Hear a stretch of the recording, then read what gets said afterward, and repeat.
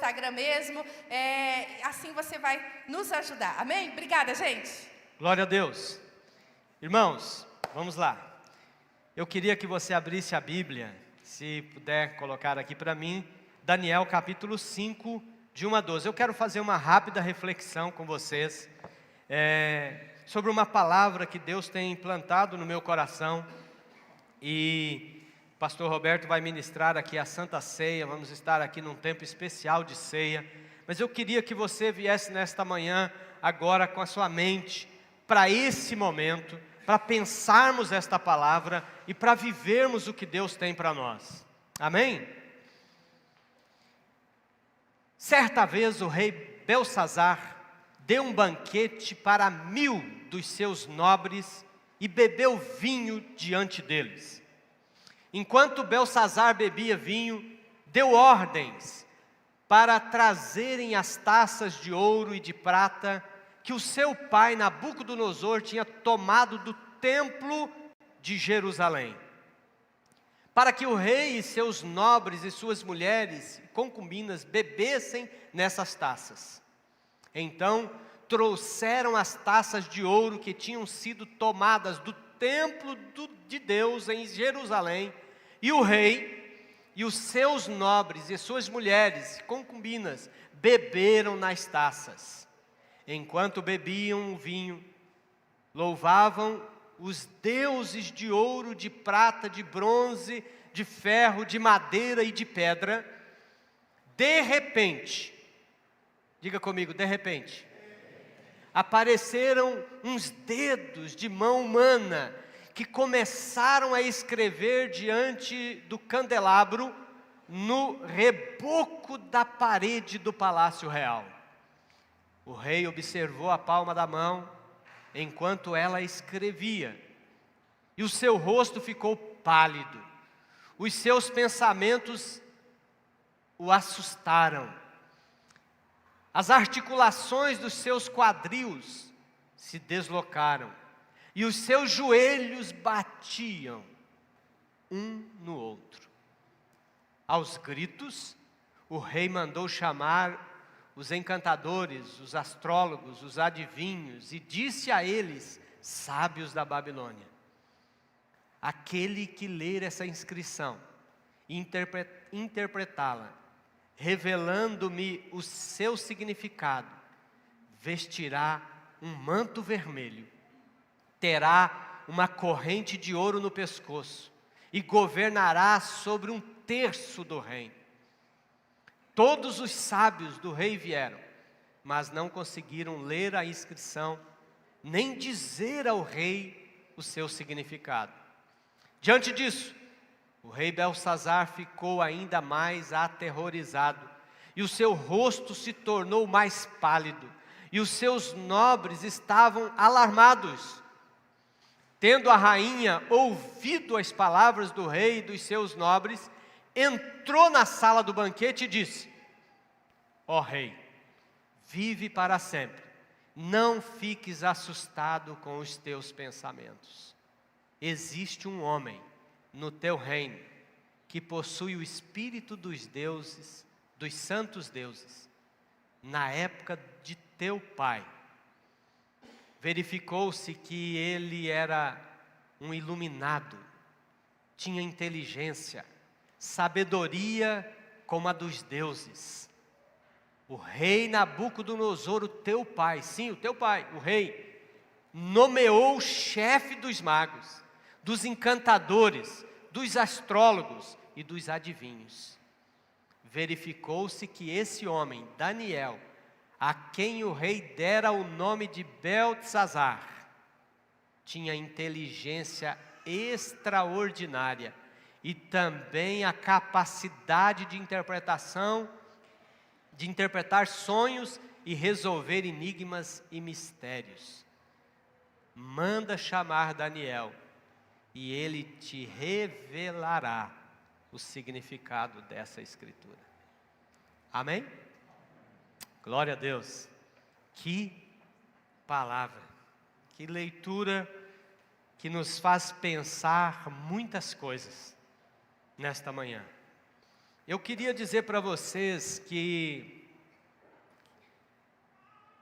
eu tenho ministrado na nossa igreja uma série de mensagens dizendo assim: venha o teu reino.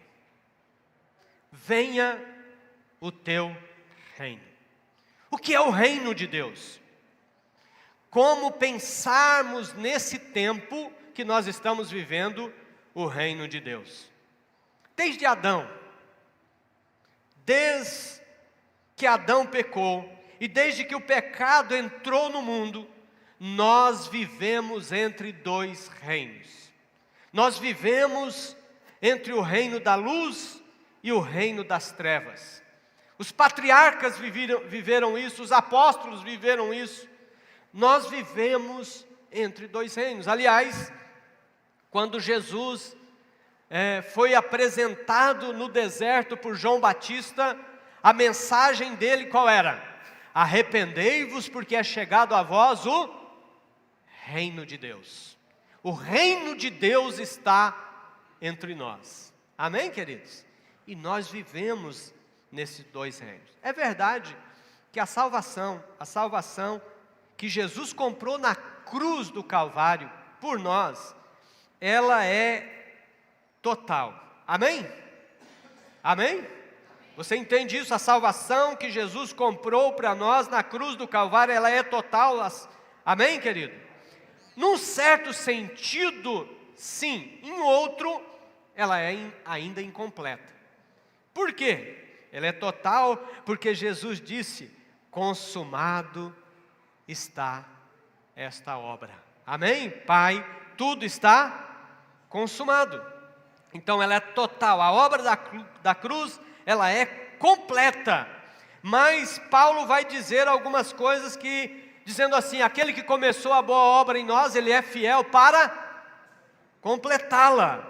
Então nós vivemos sim as bênçãos espirituais em Jesus Cristo, mas os nossos pés estão na terra. Amém, queridos? Nós vivemos num mundo em que os nossos pés ainda estão na terra. Então, segundo a palavra de Deus, conforme Romanos, a salvação ensinada na Bíblia, ela é ensinada em um espaço de tempo. 3 tempos, por exemplo, ela é ensinada no passado, no presente e no futuro. Amém? No passado, pastor Roberto, fomos salvos,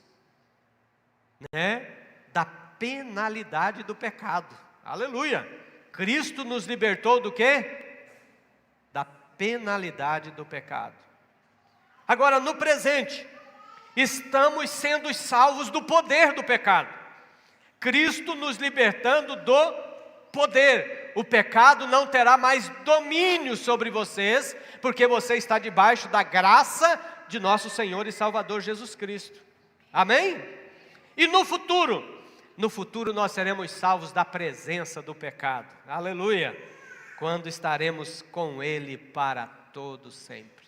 Mas nesse intervalo, nesse espaço-tempo, nós estamos vivendo entre o reino de Deus e o reino das trevas.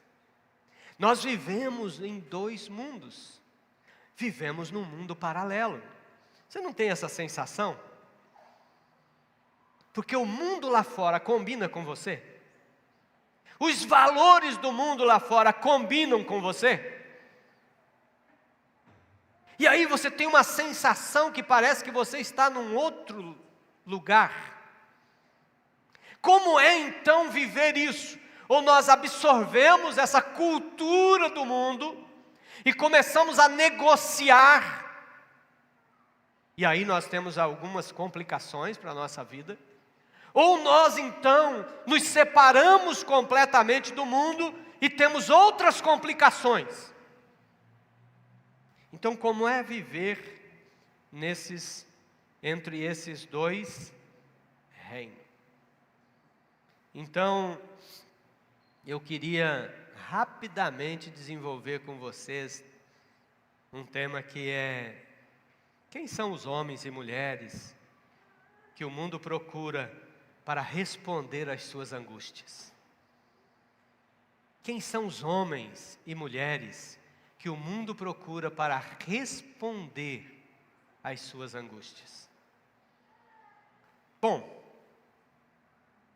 quando nós olhamos para esse texto, nós vemos que Daniel, ele foi tirado do reino de Judá, levado cativo para o reino da Babilônia. Bom, viver em Judá e viver na Babilônia é bem diferente. Como era viver em Judá? Em Judá eles tinham o quê?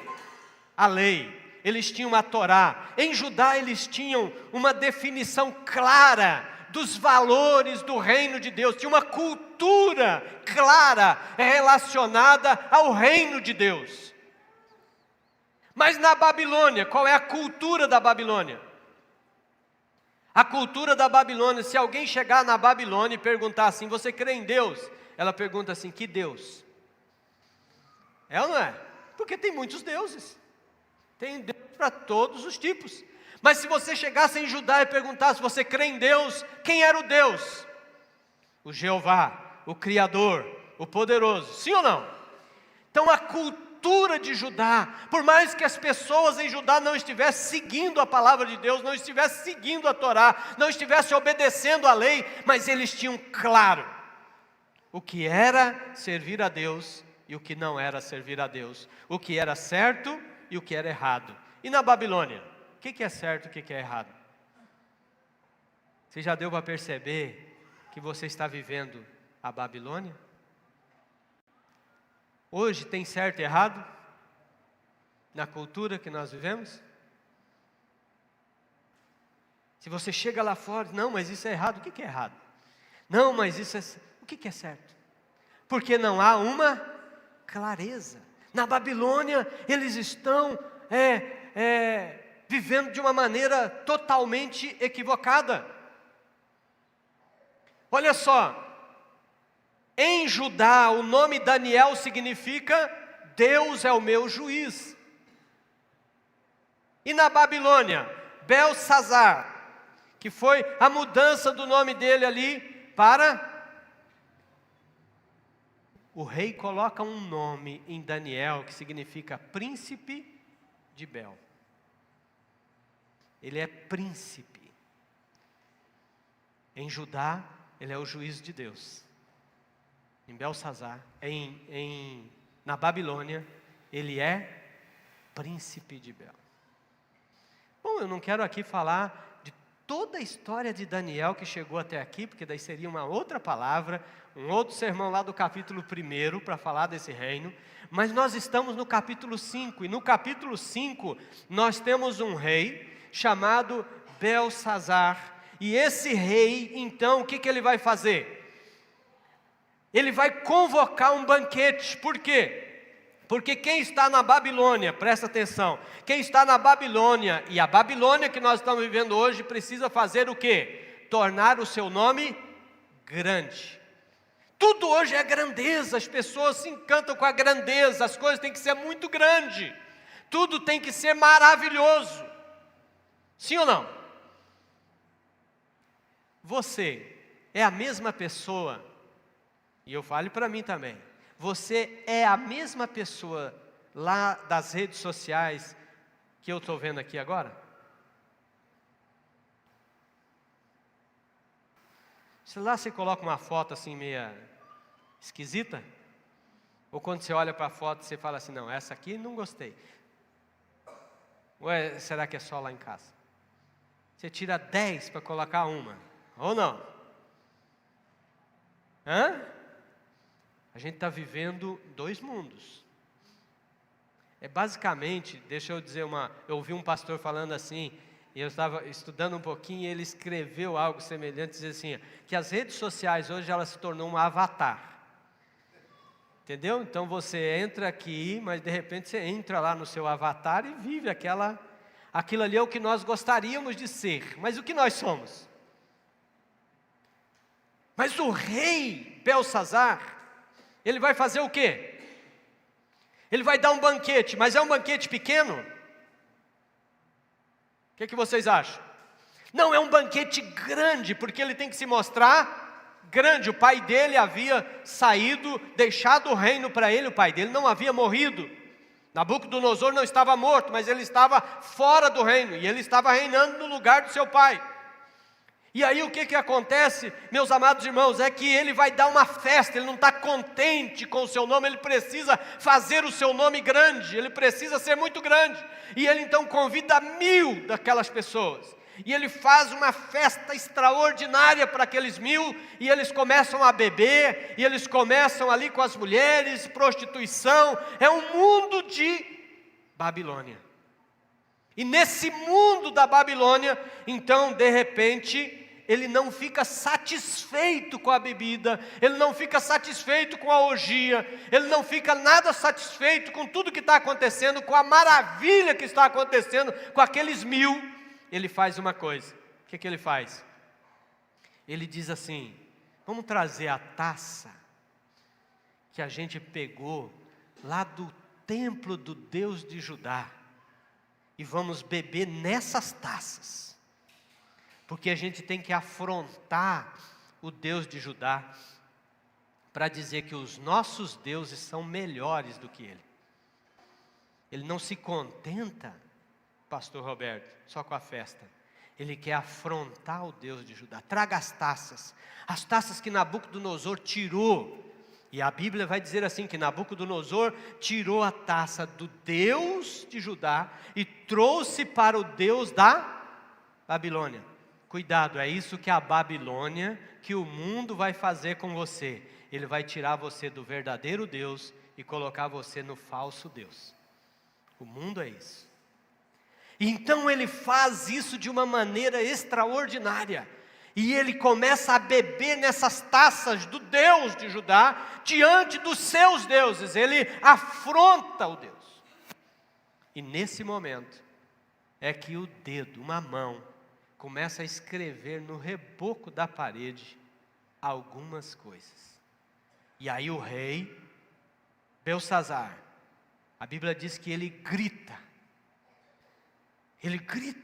desesperado: o que é isso? Imediatamente ele pede para que entre todos os adivinhos, astrólogos e toda aquela gentaiada toda, para trazer a ele algum alívio. E parece que é isso que o mundo da Babilônia hoje está vivendo. A gente busca em todos os lugares um alívio daquilo que está sendo escrito. E aí ele vai fazer o que, irmãos?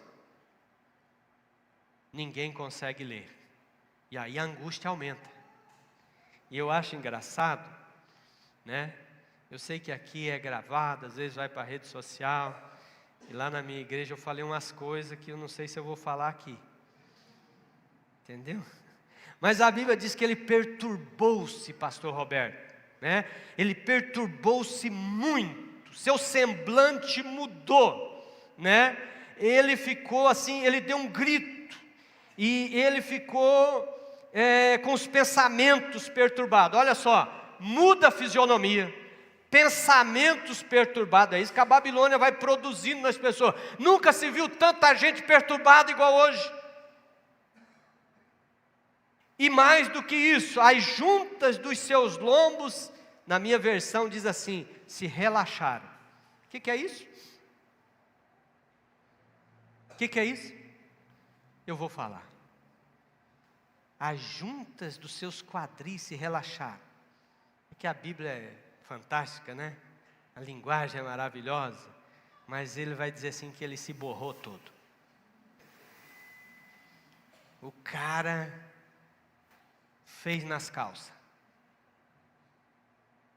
E mais do que isso, ele vai dizer assim, os seus joelhos tremiam, batiam um no outro, porque ele percebeu que algo não estava certo. E quando os astrólogos não puderam, então aí entra o que eu quero comunicar com vocês aqui para me fechar essa palavra. Quando os astrólogos entram, não conseguem, mas a mãe dele fica sabendo daquela situação toda, daquele alvoroço todo que está acontecendo dentro daquele reino, e a mãe dele então entra no palácio. E a mãe diz: calma, rei, fica tranquilo, fique em paz, porque há no teu reino um homem esquecido. Esse Belsassar sequer sabe quem é Daniel. Porque Daniel está na Babilônia, mas o reino dele é outro. Ele está vivendo o Deus verdadeiro na Babilônia.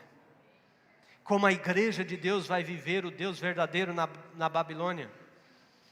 E ela diz: no teu reino, homem, fique tranquilo, porque esse homem é um homem especial. Seu pai o constituiu. Ele é o chefe de todos esses astrólogos aí, ele é o chefe dessa turma toda. O seu pai havia constituído, colocado ele como o líder, o governador de todo esse pessoal aí. Há no teu reino, homem. E se você olhar um pouquinho o texto bíblico, a rainha vai dizer sobre Daniel, ela vai elencar 7 qualidades de Daniel. Ela vai dizer: há no teu reino um homem que tem o espírito. Claro que ela está num país politeísta, ela está numa linguagem diferente, e ela vai dizer assim: mas ele tem o espírito dos deuses santos. Ô, irmãos, o que é isso? Se fosse dizer hoje: há no teu reino um homem cheio do Espírito Santo. Há no teu reino um homem que ele tem inteligência, cara inteligente. Há no teu reino, o que mais? Que ela vai dizer: um homem que tem sabedoria. Há no teu reino um homem que resolve problema difícil. Se você tem lá na sua empresa um cara inteligente, cheio do Espírito Santo, que resolve problema difícil, você não queria uma pessoa assim? Eu tenho um cara aqui que os problemas difíceis eu entrego para ele e ele resolve. Há no teu reino um homem que o seu pai o colocou como chefe, e então esse homem, ele pode resolver o problema, ele pode resolver essa situação, ele foi constituído, mas Daniel estava lá esquecido. Isso nós estamos falando que Daniel já está de idade, irmãos, mais ou menos aqui Daniel está com 70 anos.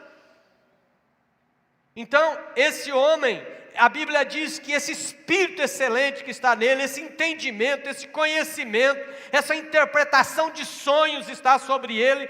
Então ele diz assim no versículo 12: chame, pois, agora Daniel, porque ele vai resolver esse problema.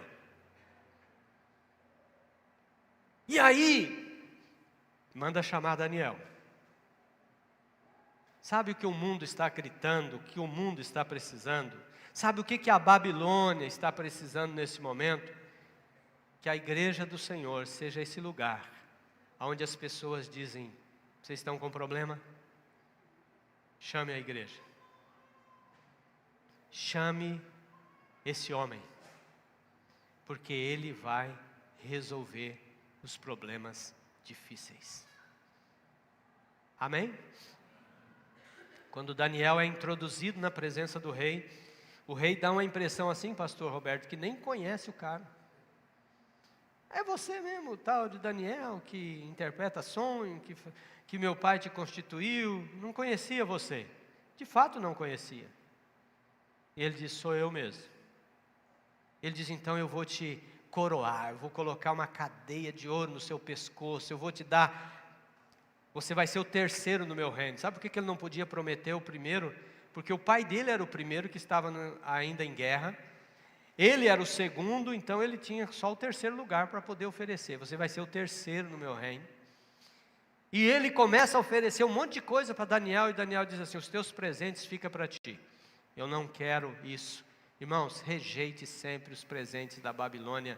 Eles não são interessantes, igual às vezes a gente está pensando.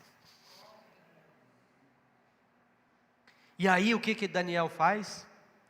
Daniel começa dizendo para ele, fazendo um discurso para ele, mostrando: teu pai foi rei aqui, e ele não obedeceu, Deus pesou a mão, levou ele para morar com os animais, ele passou a viver pastando, e você não aprendeu nada, você não percebeu Deus. E agora aparece na parede escrito essas palavras: E Daniel então vai dizer para ele assim, ó, Mene, Mene, Tekel, Farsim. A interpretação, depois de falar bastante coisa que eu estou pulando aqui, a interpretação ele vai dizer assim, contou Deus o teu reino e acabou. Mais do que isso, pesado fostes na balança e foi achado em falta. Dividido será o teu reino e entregue aos persas. Vocês sabem que nesta mesma noite, os persas entraram no templo, mataram o rei, destruíram e tomaram todo o trono. Menos Daniel. Daniel ficou livre, porque você vai ver Daniel depois sendo jogado na cova dos leões por esses caras aí. E aí uma outra história também, que eu quero agora só voltar para concluir e dizer para você. Por que chamam Daniel? Por que chamaram esse homem? Por que chamaram ele? Por que vão chamar você? Por que nós podemos dar uma resposta positiva a esse mundo que nós estamos como igreja?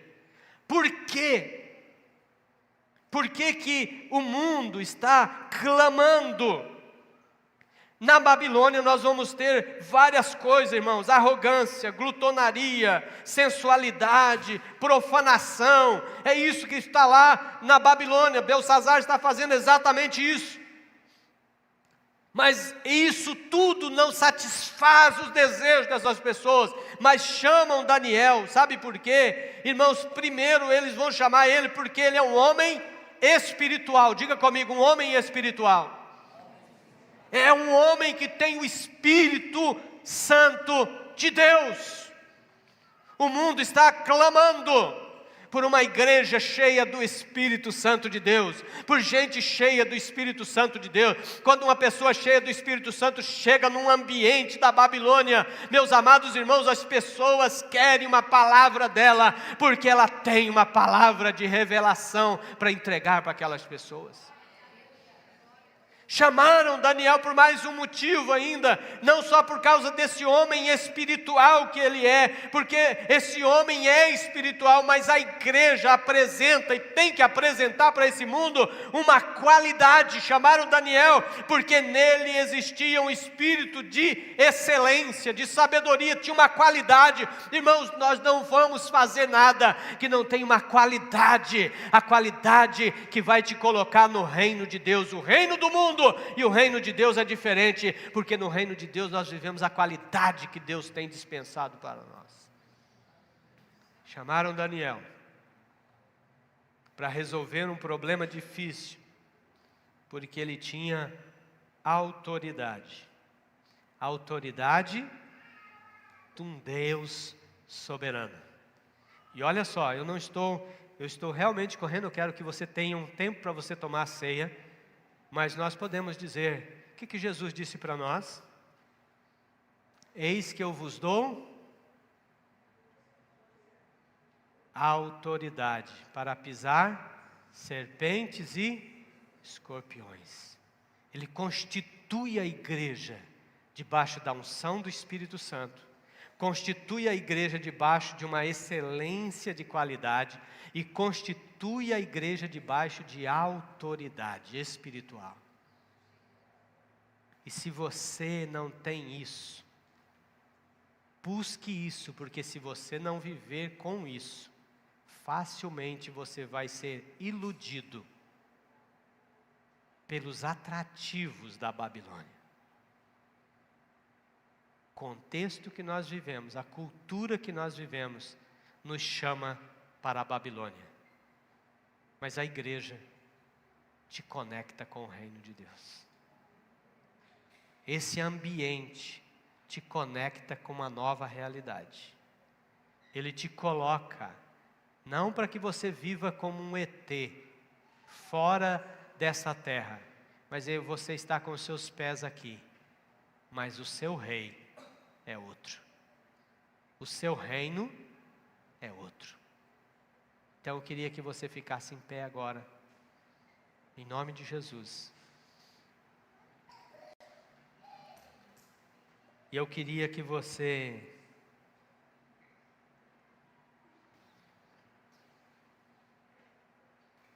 parasse para pensar. Se alguém, o seu vizinho,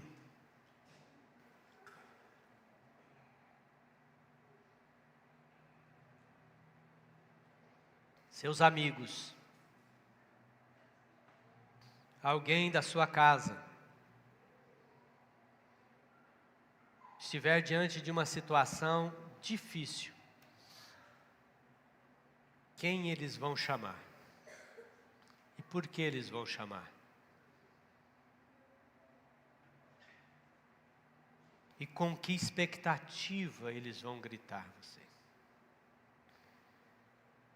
A igreja precisa, nesse tempo, tomar uma posição muito séria.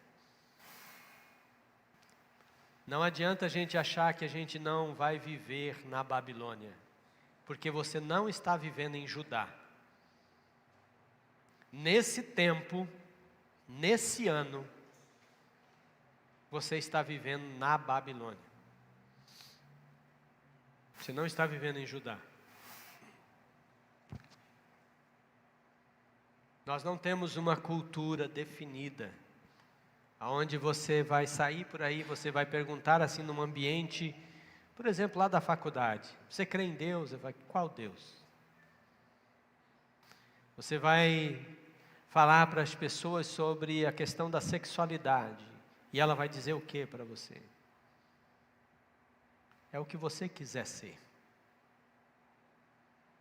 Você vai conversar com as pessoas sobre a Bíblia, a autoridade da palavra de Deus. Ela vai dizer, que autoridade?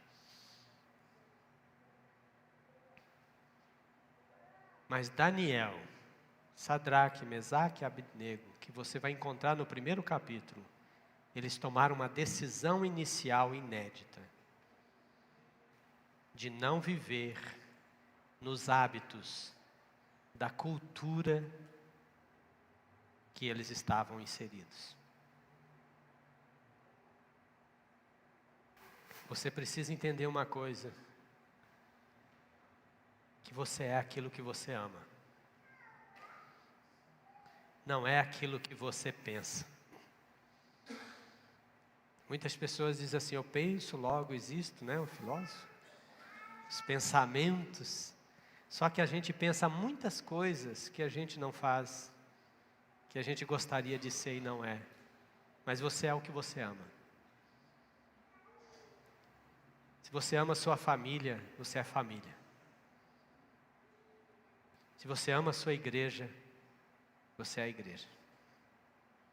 Se você ama a Deus, você vai viver o que Deus tem para você. Mas se você pensa que ama, você não vai viver. Se você pensa que ama a família, mas você não investe nela, você não vai viver a família. Se você pensa que ama o reino de Deus, mas você não está nos valores do reino, você não vai viver o reino de Deus. E o reino de Deus está entre nós. Deus está te convidando hoje a entrar nesse reino. Sejam cheia do Espírito Santo de Deus. Deixe que a qualidade da palavra do reino invada o seu coração. Permita que o Espírito Santo venha e comece a transformar os seus pensamentos. Comece a mudar a sua vida. Permita que Deus coloque em você uma autoridade. Pare de viver uma vida cristã sem autoridade. É-me dado todo o poder nos céus e na terra. Eis que eu vos dou autoridade para expulsar as enfermidades, para expulsar os demônios. Há uma autoridade na igreja e nós vamos lançar mão dessa autoridade agora, porque Deus está nos dando uma oportunidade única. A mão está escrevendo no reboco. Mas a igreja tem a resposta. Eles estão chamando e clamando por uma igreja viva e poderosa. Com os teus olhos fechados, pastor Roberto vai vir aqui à frente. Você vai participar da ceia do Senhor nesta noite. A ceia do Senhor é esse ambiente de relembrarmos, de memorizarmos que o reino de Deus está vivo entre nós. Que o reino de Deus está aqui. Que você faz parte desse reino. E se você, querido, tem de alguma forma se encantado com a Babilônia, volta correndo. Peça que o Senhor te socorra para você viver no reino dele, porque o reino dele é um reino sempre eterno.